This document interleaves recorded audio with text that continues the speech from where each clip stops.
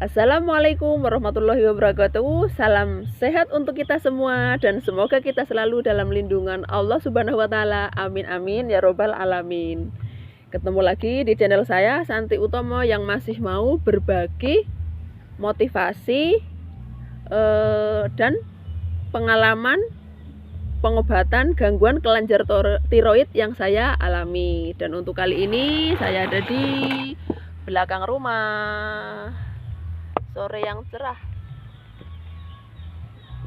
tuh sama anak saya yang kecil yang pas hamil dia, saya sudah ada benjolan di leher udah 2 cm. Itu saya hamil dia, alhamdulillah anaknya sehat. Nah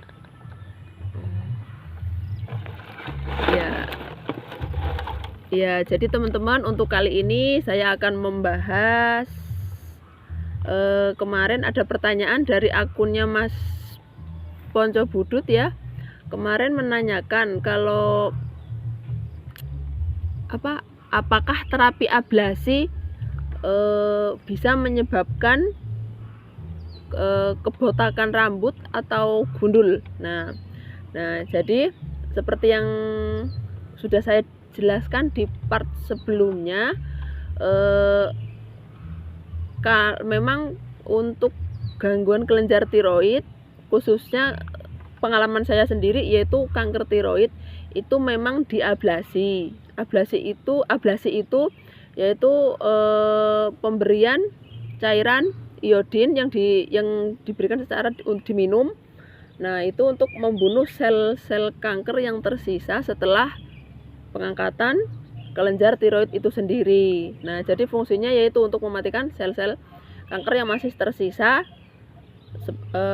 setelah operasi. Nah, jadi fungsinya memang untuk membersihkan tepatnya seperti itu. Nah, itu memang kalau yang diketahui kalau di sakit kanker lainnya kan memang menggunakan kemo atau sinar. Nah, kalau untuk kelenjar tiroid itu menggunakan ablasi, menggunakan terapi ablasi, dan itu lebih aman, tidak menimbulkan efek samping seperti yang kemo itu, seperti kebotakan, rambut rontok, gundul, itu tidak ada efek samping seperti itu. Terus kalau dari pengalaman saya sendiri, yaitu saya mengalami mual. Terus untuk indera perasanya berkurang, sama BAB-nya berwarna hitam. Nah, untuk BAB-nya berwarna hitam, memang itu kata dokter karena efek dari si pemberian terapi iodin itu, jadi menyebabkan fesesnya berwarna hitam. Tapi itu malah bertanda baik, berarti sampahnya dibuang gitu kan, berarti sisa dari pengobatan itu memang dibuang lewat feses itu. Karena memang kalau untuk pas ablasi itu kita memang disyaratkan untuk makan yang banyak, minum yang banyak. Nah, jadi seperti itu memang harus dibuang, sisa-sisanya itu dibuang lewat kotoran kita. Jadi kalau memang BAB-nya berwarna gelap, nah itu memang bertanda baik, berarti pengobatannya efektif gitu kan. Jadi seperti itu kalau kata dokter. Jadi begitu ya untuk Mas Ponco Budut. Semoga menjawab pertanyaan panjenengan. Jadi seperti itu, ablasi itu lebih aman daripada kemo dan sinar, soalnya tidak menimbulkan efek samping yang benar-benar mempengaruhi tubuh kita. Soalnya ablasi itu memang yang paling efektif buat penanganan kanker tiroid seperti yang saya alami gitu. Tapi ada beberapa kasus teman-teman pejuang tiroid juga yang mengalami di sinar atau di kemo dulu, dan itu biasanya terjadi pada kasus kalau benjolannya itu sudah membesar gitu. Jadi kalau benjolannya sudah membesar, biasanya itu disarankan untuk kemo atau di sinar dulu. Itu fungsinya biasa kalau dokter bilang itu untuk mengecilkan benjolannya itu tadi. Karena kalau dalam kondisi benjolan besar langsung dioperasi itu katanya resikonya terlalu besar ya kan, karena mungkin kalau secara saya pribadi, kalau menurut saya itu ya kemungkinan kalau diangkat, posisi sudah besar diangkat kan memang jaringannya yang ini kan berarti kan banyak yang kena, jadi mungkin ya seperti itu. Salah satu caranya yaitu di kemotosinar dulu, baru mengecil, setelah mengecil baru tindakan operasi. Jadi seperti itu ya teman-teman. Nah, jadi untuk terapi ablasi itu sangat aman. Nah, tidak menyebabkan kerontokan rambut ataupun lemas terus, atau kalau untuk nafsu makan ya memang saya akui saya sendiri mengalaminya waktu terapi itu, memang mengalami makan itu tidak enak, kecuali makan enak itu minum air hangat sama buah itu udah enak itu. Tapi untuk kalau makan nasi atau sayur dan lain memang kurang, saya akui seperti itu. Tapi saya lebih banyak ke makan buah dan minum air hangat. Jadi seperti itu teman-teman ya, untuk terapi ablasi itu pokoknya lebih aman dibandingkan kemo atau sinar. Tapi ya memang ada beberapa teman yang harus disinar dulu atau kemo dulu untuk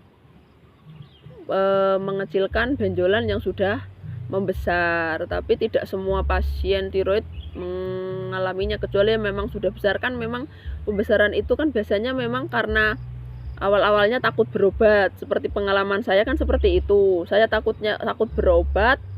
Nah, akhirnya benjolan makin membesar, tapi alhamdulillah pembesaran benjolan saya sih tidak begitu cepat ya. Tapi ya dalam jangka waktu 6 tahun itu dari 2 cm pas diangkat sudah menjadi 6,5 cm. Soalnya ada kasus teman yang lebih cepat, jadi sebulan itu numbuh terus berasa pembesarannya. Nah, akhirnya itu disarankan untuk kemo dan sinar untuk mengecilkan si benjolan itu tadi. Jadi seperti itu teman-teman. Nah, untuk pengalaman saya sendiri waktu terapi ablasi itu memang disarankan untuk makan yang banyak. Memang harus pembuangan radiasinya kan memang lewat kita buang kotoran, jadi memang diusahakan itu kotoran dan keringat. Jadi kita diusahakan untuk ya beraktivitas seperti biasa, karena memang kan dalam terapi ablasi itu kan kita memang tidak diinfus, cuman kita minum cairan terus nanti diisolasi di dalam ruangan, tidak diinfus. Nah, jadi kita bebas melakukan apa aja, terus diimbangi dengan asupan makan yang banyak, minum yang banyak agar radiasinya cepat keluar. Nah, cepat keluarnya itu yaitu lewat keringat dan kotoran kita. Nah, jadi untuk mendeteksi kalau kita sudah aman apa belum radiasinya, biasanya lewat kalau kita sudah sering BAB, sudah buang air kecil gitu, itu biasanya kita sudah aman. Dan waktu di ruangan isolasi pun itu ditanyain sama dokter, hari ini sudah BAB belum Bu, untuk mengecek. Kan setiap hari dicek kondisi radiasinya masih menurun atau stabil, atau udah ada perubahan atau belum gitu kan. Makanya setiap hari dicek sama dokternya, dan itu pasti ditanyakan, sudah hari ini udah BAB belum, hari ini sudah makan banyak belum. Soalnya kan memang prosesnya pembuangan radiasinya seperti itu. Dan untuk radiasi yang di pengalaman saya, yang untuk radiasi yang terhadap orang lain, yaitu bisa menyebabkan pusing. Itu salah satu yang dialami kakak saya waktu waktu menjemput saya dari isolasi. Perjalanan pulang kan itu satu mobil itu kakak saya duduk di samping sopir, saya di belakangnya sopir.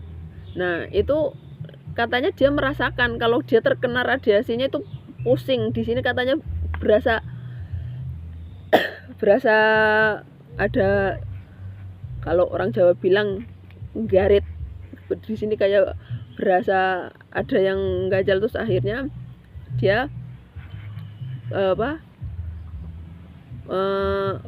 menghindari saya semalam, terus diminumin paracetamol, langsung ya intinya katanya pusing gitu kan. Kok aku merasakan pusing ya, padahal kan nggak berdekatan sama kamu, itu padahal cuman perjalanan setengah jam.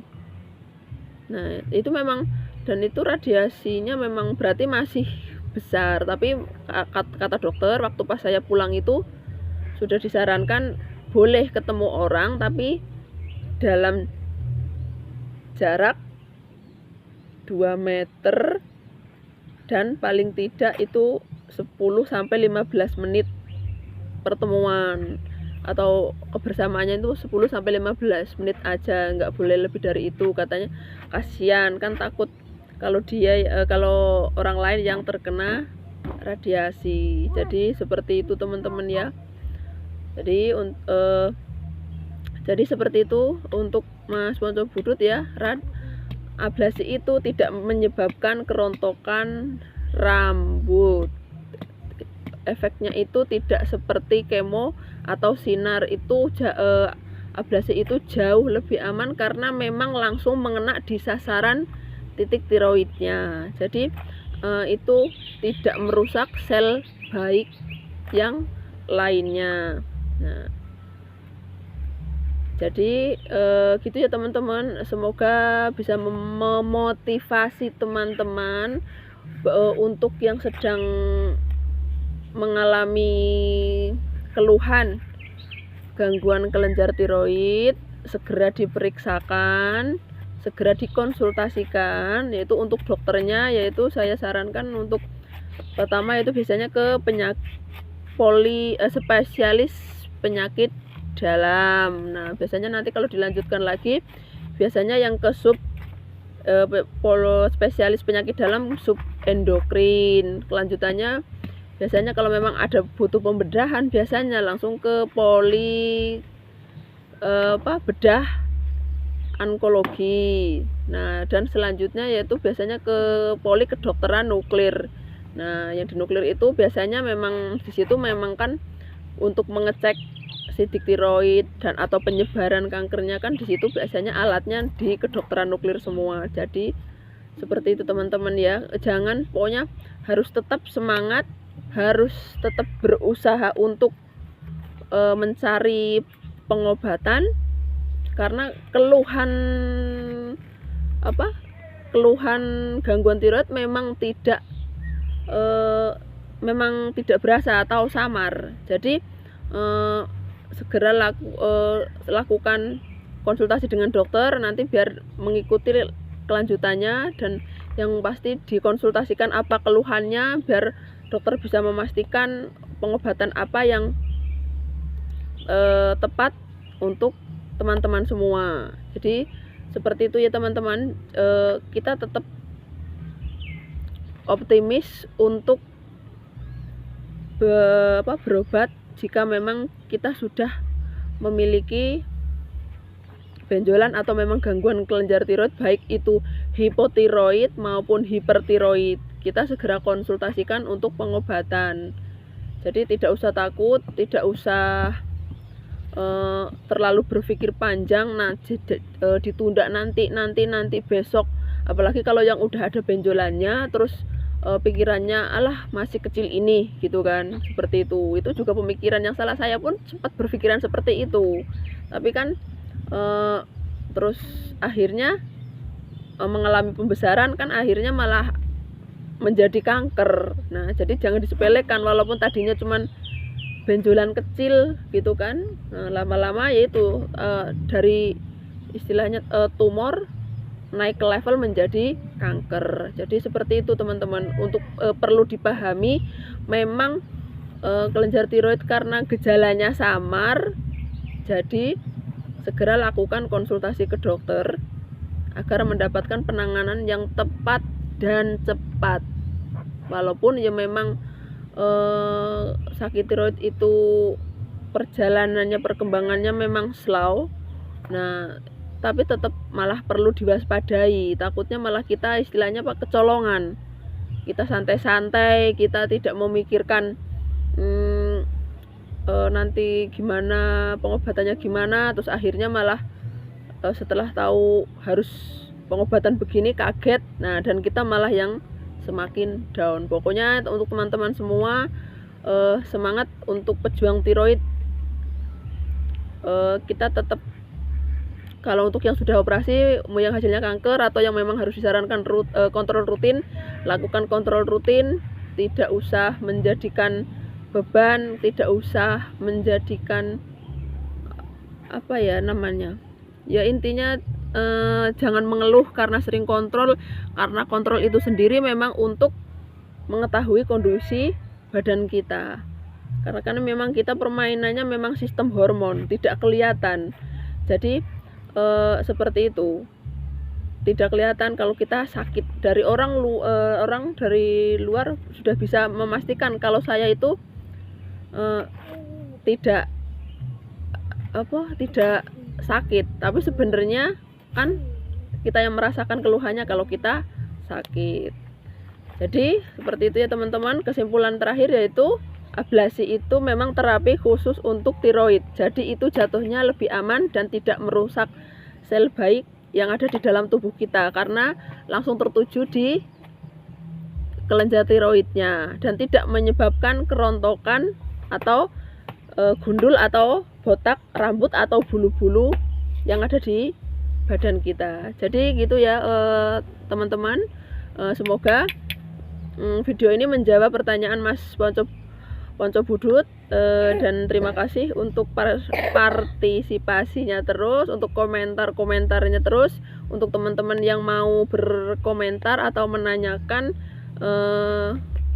nanti saya bikinkan video berdasarkan pengalaman pribadi saya sendiri. Jadi gitu ya teman-teman, untuk hari ini cukup sekian. Salam sehat untuk kita semua.